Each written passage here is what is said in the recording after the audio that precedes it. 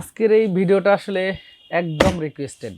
মানে অনেকেই রিকোয়েস্ট করতেছিলেন যে আপডেট কি পিসি বিল্ড করা যায়, যেটা দিয়ে সামনে অনেক কিছু করব, অনেক আপডেট করব, হতে হবে এএমডির একদম লেটেস্ট একটা পিসি বিল্ড।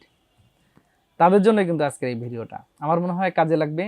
যারা চাচ্ছেন যে এএমডি প্রসেসরের মোটামুটি আপডেট জেনারেশন দিয়ে একটা কোয়ালিটি পিসি বিল্ড করবেন, বাট বাজেটটাও বেশ টাইট, আপাতত জিপিও আপডেট করবেন না, তাদের জন্য ভিডিওটি খুবই উপকারী। তো বন্ধুরা, ভালো লাগলে শেয়ার করে দিবেন, সাবস্ক্রাইব করে আমাদের চ্যানেলের সাথে থাকবেন। আজকের এই পিসি বিল্ডটাতে একটা কেসিং দিয়েছি আমি, অ্যাপটেক ব্র্যান্ডের একটা কেসিং, খুব বড় না, মাইক্রোটির একটা কেসিং। তো এটার বেশ কিছু বিশেষত্ব আছে। আসলে এটা সামনে এবং ডান সাইডে যে গ্লাসটা আছে ফুললি গ্লাস, এখানে কোনো মানে কি বলবো আটকানোর কোনো জায়গা নেই, জাস্ট অটোমেটিক্যালি এখানে আটকে আছে। তার মানে একটা ট্রান্সপারেন্ট একটা কেসিং আর কি, ফুল হোয়াইট।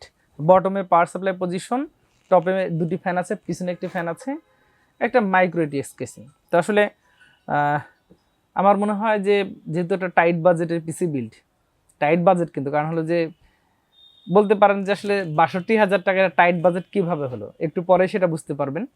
তো এই কেসিংটা থাকছে ৩,৫০০ টাকার আশেপাশে আপনি পেয়ে যাবেন। তো আমার মনে হয় যে খুব একটা স্ট্যান্ডার্ড সাইজ, মিনিমাম একটা ছোট সাইজেরই কেসিং বলবো আমি এটাকে। এই বাজেটে একটা চমৎকার আউটলুকের এই কেসিংটা থাকছে এই পিসি বিল্ডের সাথে। তো আদার্স কম্পোনেন্টগুলো কী কী, প্রথমত একটু প্রসেসর নিয়েই কথা বলি। এটা হচ্ছে প্রসেসর। আসলে অন্যান্য প্রসেসরও তো একটা স্টক কুলার পাই, এটাতে কোনো স্টক কুলার নাই। একটু আইডিয়া করে নেন কি প্রসেসর। তো স্টক কুলারহীন এই প্রসেসরটা থাকছে, কারণ এর সাথে আমরা একটা কুলিং ফ্যান দিয়েছি, খুব বাজেট ফ্রেন্ডলি ডিপকুলের AG400 LED। আর প্রসেসরটা হচ্ছে রাইজেনের 7000 সিরিজের একটা প্রসেসর, 7700, অর্থাৎ গেমিং প্রসেসর হিসেবে এটা দেখবেন বিভিন্ন ওয়েবসাইটে বা বিভিন্ন জায়গায় বলা হচ্ছে যে একটা গেমিং প্রসেসর। তো 8 কোর 16 থ্রেডের প্রসেসরটিতে 32 MB ক্যাশ মেমোরি আছে, আর লেয়ার 2তে পাচ্ছেন 8 MB cache memory. Base clock speed 3.8, boost clock speed হচ্ছে 5.3 GHz। এই প্রসেসরটার টিডিপি হচ্ছে 65। আর যারা গেমিং সেগমেন্টের পিসি বিল্ড করতে চান তাদের জন্য কিন্তু এই প্রসেসরটা বর্তমানে খুবই ট্রেন্ডিংয়ে আছে। তো আমার মনে হয় যে 8 কোর 16 থ্রেডের এই প্রসেসরটিকে আপনি নিশ্চিন্তে আপনার প্রসেসর তালিকায় রাখতে পারেন। এর পিছনে কারণ কি, সেটা হচ্ছে এটাতে আপনি DDR5 র্যাম লাগাতে পাচ্ছেন। অন্যান্য যে ফ্যাসিলিটিসগুলো আছে এনভিএমই বা গ্রাফিক্স কার্ডের যে পারফরমেন্সগুলোর সাথে ম্যাচ করার জন্য এটা খুবই একটা বেটার পাওয়ার সাপ্লাই প্রসেসর। এই প্রসেসরটাতে বেসিক গ্রাফিক্স বিল্ট ইন আছে 2200 মেগাহার্টজ আপ টু 2 কোরের। এটা দিয়ে মোটামুটি আপনি মিনিমাম সব ধরনের কাজ করতে পারবেন। আর যেহেতু আমি বলেছি এটা একটা গেমিং পিসি বিল্ড করার জন্য, আপনি চাইলে ফিউচারে ভালো ভালো গ্রাফিক্স কার্ড লাগাতে পারেন, আপনার মন যা চায় সেটাই। আচ্ছা, এই প্রসেসরটি Ryzen 7-এর 7700। এই প্রসেসরটি কিনতে গেলে আমার মনে হয় আপনাকে এখনও 28,000 প্লাস খরচ করতে হবে। বিভিন্ন ওয়েবসাইটে হয়তো 29,500 এরকম থাকতে পারে, তবে 28,000 টাকার আশেপাশে এই প্রসেসরটি কিন্তু এখন পাওয়া যাচ্ছে। আমার মনে হয় এই মুহূর্তে এই প্রসেসরটা এই বাজেটে ঠিক আছে। এমন হয়তো কয়েকদিন পর চলে আসবে যে এই প্রসেসরটা, কয়েকদিন ঠিক না, হয়তো 1-1.5 বছর পর দেখবেন যে আর অনেক কম দামে পাওয়া যেতেও পারে। তো সেই দিন পর্যন্ত অনেকের ধৈর্য ধরার সুযোগ নেই। তো আজকে এই প্রসেসরটা থাকছে পিসি বিল্ডের সাথে। আমি কুলিং ফ্যানটা প্রথমে বলে নিয়েছি, AG400 LED, একটা বেসিক 2000 টাকার আশেপাশে পাবেন, কারণ আমি খুব টাইট বাজেট আসলে পিসিটা একটু প্ল্যানিং করার চেষ্টা করেছি। আমার মনে হয় আপনাদের বাজেটের মধ্যে ঠিক আছে। এরপর চলে আসি মাদারবোর্ডটা আমি একটা ভালো দিয়েছি, মোটামুটি MSI ব্র্যান্ডের। আসলে MSI একটু খুব বাজেট ফ্রেন্ডলি মাদারবোর্ড প্রোভাইড করে আমাদের কাছে। এটার জন্য MSIকে অবশ্যই থ্যাংক ইউ দিতে হয়, কারণ আমরা যদি 650 সিরিজের একটা গিগাবাইট মাদারবোর্ড নিতে চাই S20 17,000 টাকা, তারপর হচ্ছে আরেকটু ভালো নিতে চাইলে 18,000 20,000 25,000 এরকম বাজেট এসে যায়। তার মানে বাজেট মাদারবোর্ডগুলো 16,000 টাকা প্লাস খরচ করতে হয়, সে জায়গায় 13,200 টাকার মধ্যে আমার মনে হয় MSI B650 Pro 650M-B এই মাদারবোর্ডটা ঠিক আছে। Gen 4 NVMe আছে এই মাদারবোর্ডে, VGA পোর্টও আছে। আসলে এতদিনেও আবার VGA পোর্ট দিতে হয়, যাক ভালো। আসলে যাদের হয়তো একটু অন্য ধরনের ছোটো ছোটো মনিটরগুলো আছে, তাদের আশাটা পূরণ করার জন্য তারা এই মাদারবোর্ডে একটা VGA পোর্ট দিয়ে দিয়েছে। HDMI পোর্ট আছে, ল্যান পোর্টে ভালো পারফরমেন্স পাবেন, 2.5 GHz এভারেজে। ওকে, দুটি র্যামের স্লট পাচ্ছেন। আমার মনে হয় 13,000 টাকার মধ্যে বাজেটে একটা রাইট চয়েস হতে পারে এই মাদারবোর্ডটা। আর যদি আপনার একটু বাজেট ভালো থাকে তাহলে হয়তো নিলেন গিগাবাইট বা ASUS, একটু গেমিং সেগমেন্টটা নিলেন। তবে আমি বলবো যে যদি আপনি খুব ভালো এক্সট্রিম লেভেলের গেমিং পিসি বিল্ড করতে চান, সেক্ষেত্রে মাদারবোর্ডটাতেও বাজেট বাড়িয়ে দিবেন, তাহলে হয়তো পারফরমেন্স আরও ভালো হবে ইনশাল্লাহ। আচ্ছা, এরপরে কি র্যাম লাগবে?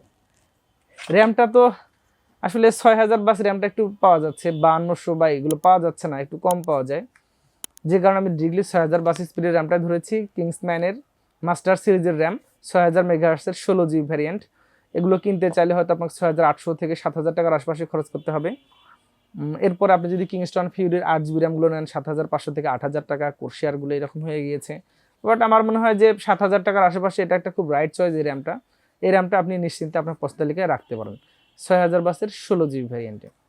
তো আমাদের প্রথমত প্রসেসরের খরচ ছিল প্রায় 28000 টাকা, মাদারবোর্ডে 13000 সামথিং, র্যামে খরচ করে ফেললাম আমরা প্রায় 7000 টাকা, কেসিংয়ে 3500 টাকা, আর হচ্ছে কুলিং ফ্যানে খরচ করলাম হচ্ছে প্রায় 2000 টাকা। অনেকগুলো টাকা কিন্তু আমাদের শেষ। আচ্ছা, এরপরে আমরা একটা এসএসডি দিতে হবে। এসএসডিটা যেহেতু এখানে জেন 4 সাপোর্টেড, অবশ্যই একটা জেন 4 এনভিএমই এসএসডি দেওয়া উচিত। মার্কেটে এনভিএমই এর যথেষ্ট প্রাইসগুলো বেড়ে গিয়েছে, এখন আসলে প্রাইস বলতে অনেকটা খারাপ লাগে। তো তারপরেও এই বাজেটের মধ্যে জেন 4 500 GB, এটা টিম ব্র্যান্ডের MP44L, এটাকে মোটামুটি পছন্দ তালিকায় রাখা যায়। বাজেটের মধ্যে ঠিক আছে, 5 ইয়ার্স ওয়ারেন্টি। এটা নিতে চাইলে হয়তো আপনাকে 5800-900 টাকার আশেপাশে খরচ করতে হবে। আমার মনে হয় যেহেতু এসএসডি অনেক কপি এসেছে মার্কেটে, সেগুলোর মধ্যে এটা একটা সিকিউর এসএসডি। আপনি নিশ্চিন্তে নিলে বুঝতে পারবেন যে আপনি একটা অরিজিনাল এসএসডি নিয়েছেন। অবশ্যই অথরাইজেশন স্টিকারগুলো দেওয়া আছে, এগুলো দেখে নিলে আর কোনো সমস্যা নেই। এবার একটা দরকার হচ্ছে পাওয়ার সাপ্লাই।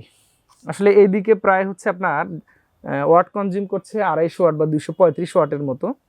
এখন আমরা যেহেতু বাজেট পিসি বিল করছি, এটাতে 5700 প্রসেসর দিয়ে একটা পাওয়ার সাপ্লাই আমরা দিয়েছি, বাজেট পাওয়ার সাপ্লাই। এটা হচ্ছে ওলা, এটা হচ্ছে জেনুইন 350 ওয়াট।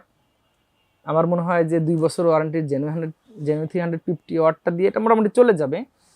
তবে হ্যাঁ, যখন আপনি গ্রাফিক্স নেবেন তখন অবশ্যই আপনাকে ওই গ্রাফিক্স কার্ডের সাথে ম্যাচ করে পাওয়ার সাপ্লাই নিতে হবে। যে কারণে আমি এটা একটা 2200 টাকার আশেপাশে পাওয়ার সাপ্লাই ধরেছি, যাতে আপনি এটা আসলে কখনো বাদ দিলেও খুব একটা কষ্ট না লাগে, কারণ এখানে তো এই প্রসেসরের সাথে ভালো একটা গ্রাফিক্স কার্ড দেওয়াটাই বাঞ্ছনীয়। তো যে কারণে এটা রেখেছি। এর চাইতে আর একটু কম নিলেও হয়ে যায়। আমার মনে হলো যে না থাক, এটা হলেই একটু বেশি সিকিউর হয়ে যাবে আর কি। তো বন্ধুরা, এগুলো ছিল কম্পোনেন্ট। তো এখানে এই কম্পোনেন্টগুলো দিয়ে মোটামুটি 62,000 সামথিং এসে গিয়েছে। আমার মনে হয় যারা আপডেট পিসিগুলো বিল করতে চান জিপিইউ বাদে, তাদের জন্য ঠিক আছে। আর হ্যাঁ, এই প্রসেসরের সাথে একটা গ্রাফিক্স কার্ড দিলে সবচেয়ে বেটার পারফরমেন্স পাওয়া যাবে।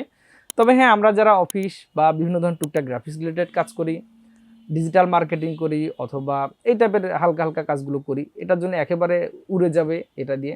আর যখন আপনি এক্সট্রিম লেভেলের গেমিং করবেন, তখন অবশ্যই এই প্রসেসরটি খুবই ভালো পারফর্ম করবে আপনার জন্য। আর সেক্ষেত্রে অবশ্যই একটা ডেডিকেটেড গ্রাফিক্স কার্ড লাগিয়ে নেবেন। আচ্ছা বন্ধুরা, এখানে আমরা আরও একটু কিন্তু খরচ কমাতে পারি। কোথায় কোথায়? কারণ এখানে তো 60,000 পার হয়ে গিয়েছে। আমরা কেসিংয়ে একটু খরচ কমায় নেন। ধরেন এটা আপনি 2000 টাকা 2200 টাকার মধ্যে একটা নেন, তাও ওকে। তাহলে ধরেন 1000 টাকা কমে গেল। আপনি কুলিং ফ্যানটা একটু মিনিমাম এটাই রাখেন, তারপরে হয়তো 1200 টাকায় ভ্যালুটপ, অ্যানটেক, অ্যাপটেক অনেকগুলো কুলিং ফ্যান পাওয়া যায়, সেটা নিতে পারেন। সেক্ষেত্রে আরও ধরেন 1000 টাকার মতো কমে গেল। প্রসেসরটা কমানোর দরকার নেই, থাক না, এটা এভাবেই থাক। আচ্ছা, এরপরে এসএসডিটাতে আপনি 256 GB নিলে হয়তো আপনি ধরেন 3200-3000 টাকা পেয়ে যাবেন। সেক্ষেত্রে এখানে আরও 3000 টাকা কমে গেল, তার মানে এটা 57,000-এ চলে আসলো। র্যামটা থাক, 16 GB র্যামটা থাক, মানে 6000 বাস। এটার সাথে আসলে 16 GB ছাড়া না ভালো লাগে না, ভালো লাগবে এটাতে, এটা থাক। আচ্ছা, এরপরে মাদারবোর্ডটাতে আপনি আর একটু কষ্ট কাট করতে পারেন। এমএসআই আরেকটা মাদারবোর্ড আছে, সেখানে এর আগে যদিও 10,500 টাকা ছিল, সম্প্রতি মনে দাম বেড়ে গিয়েছে 620 মডেলের, তো ওটা নিলেও হয়ে যাবে। সেক্ষেত্রে এখানে আরও কিছুটা কষ্ট কাট করা পসিবল আছে। তার মানে কি, এই পিসিটা আপনি 55,000 টাকাতেও মোটামুটি হয়তো বিল করতে পারেন। তবে তাতে করে হয়তো এর কোয়ালিটিটা কিছুটা আপনাকে ছাড় দিতে হবে। তো বন্ধুরা, এটাই ছিল আজকের এই পিসি বিলের ডিসকাশন। 5700 প্রসেসর দিয়ে Ryzen 7 এর কেমন পিসি বিল করা যায়। এখানে আপনি আরও চাইলে অনেক খরচ বাড়াতে পারেন। একটা ধরনের গ্রাফিক্স কার্ড নিলেন 4060, 409, যে মন যেটা চাই সেটা নিলেন, সেই অনুযায়ী অবশ্যই বাজেটটা বেড়ে যাবে। 1 লাখ 1.5 লাখ টাকাতেও 2 লাখ টাকাতেও এই পিসিটা, এই প্রসেসর দিয়ে ভালো ভালো পিসি বিল করা পসিবল আছে। তো যাই হোক বন্ধুরা, আমি আজকে এটা জানার চেষ্টা করলাম যে যদি আপনার বাজেট হয় 60-62 হাজার টাকা, তাতে Ryzen 7000 সিরিজের 7700 এই প্রসেসরটি দিয়ে আপনি একটা চমৎকার পিসি বিল করতে পারেন। সকলে ভালো থাকবেন। ভিডিওটা কেমন লেগেছে জানাবেন। আপনি চাইলে এই ধরনের পিসিগুলো কিন্তু কম্পিউটার ভিশন থেকে বিল করতে পারেন। অল টাইম আমাদের কাছে এই কম্পোনেন্টগুলো রাখার চেষ্টা করি আমরা, আর আমরা চেষ্টা করি আমাদের কাস্টমারকে বেটার কম্পোনেন্ট দিয়ে সাজেশন দেওয়ার জন্য। সকলে ভালো থাকবেন। আগামীতে আবার নতুন কোনো ভিডিওতে দেখা হচ্ছে। আল্লাহ হাফেজ।